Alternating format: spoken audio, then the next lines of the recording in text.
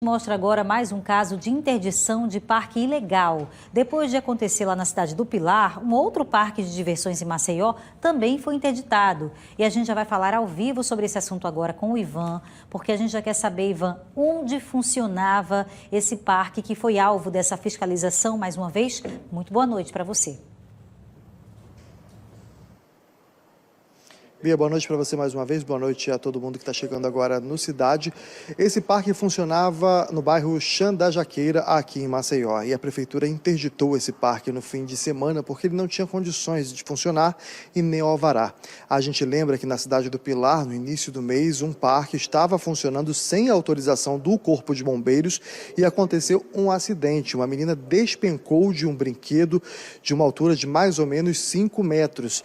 Por sorte, ela não teve ferimentos graves. Esse parque do Pilar, ele não tinha autorização dos bombeiros para funcionar e só foi interditado depois do acidente. No caso de Maceió, do bairro Chã da Jaqueira, esse parque de diversões já foi interditado pela prefeitura. Vou conversar agora com o Valdécio Nascimento, que é subsecretário de Convívio Social. Valdécio, boa noite. Como foi que vocês encontraram esse parque lá? Boa noite. Através da fiscalização, que ela é feita diariamente, os nossos fiscais identificaram que existia ali naquele bairro um parque funcionando de forma clandestina. Então, foi notificado e interditado. E nós tomamos conhecimento também que esse parque ele já está desmontando, eles já estão desmontando lá o parque, e ainda bem que eles obedeceram, né, à orientação da Prefeitura Municipal de Maceió. Quais eram as condições dele, dos brinquedos que ali existiam? Olha, veja só, os brinquedos, de certa forma, estavam de forma precária, precisando de muitas melhorias. Mas o interessante é que todo aquele cidadão ou empresa que queira instalar um parque aqui em Maceió, ele deve se dirigir à Secretaria de Segurança Cidadã, Secretaria Municipal, que fica no bairro de Jaraguá, na rua Alexandre Passos, e lá ele deve levar o quê? Deve levar a documentação, seja empresa, pessoa jurídica, CNPJ, seja cidadão, CPF. E a documentação dele. Ele vai dar início ao processo, ele vai ter que informar qual o local exato que ele deseja instalar o parque com um croquis da área a ser ocupada, tá certo? Então, a partir daí vai ser dado início ao processo, com data, com tudo direitinho, explicando no requerimento, e nós enviaremos o fiscal de posturas. Ele vai lá no local, vai fazer a avaliação técnica para verificar se aquele parque tem condições de funcionar naquele local. Então, eu digo em termos de funcionamento com base no Código de Postura de Maceió. A partir daí, estando ok a possibilidade daquele parque se instalar naquele local, a Secretaria expede uma declaração para que o cidadão ou a empresa ele apresente a RT elétrica, a RT estrutural, a documentação dos bombeiros, que é muito importante, tá certo? E anuências seja da Polícia Militar, seja da própria LUB, com relação a limpezas. Então, para que aquela empresa ou o cidadão possa se comprometer com toda a responsabilidade necessária. A partir daí, estando tudo ok, a Secretaria expede o alvará de funcionamento, de localização e funcionamento. Então, a população poderá, sim, de forma tranquila, saber, ter a segurança de que aquele parque ele está devidamente autorizado pela Prefeitura de Maceió. Então, se o cidadão identifica algum parque na cidade e que não tem a autorização, ou que ele tenha dúvida com relação a isso, ele entra em contato conosco através do 3312-5277.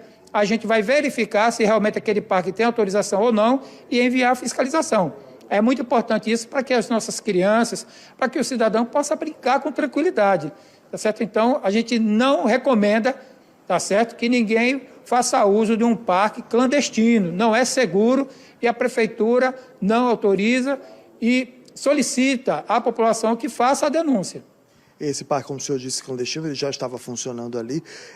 Ele não tinha esses documentos básicos que precisava apresentar à Prefeitura. Isso. Na verdade, ele não, a gente chama de startou o processo, ele nem iniciou o processo, nem procurou a Prefeitura. Ele simplesmente foi lá, achou que poderia fazer isso, que não ia ser fiscalizado, e montou o parque e começou a funcionar. Então, a partir do momento que nas rondas nós identificamos, a nossa fiscalização identificou o funcionamento daquele parque, de pronto interditou, tá certo, e orientou a desmontagem do mesmo.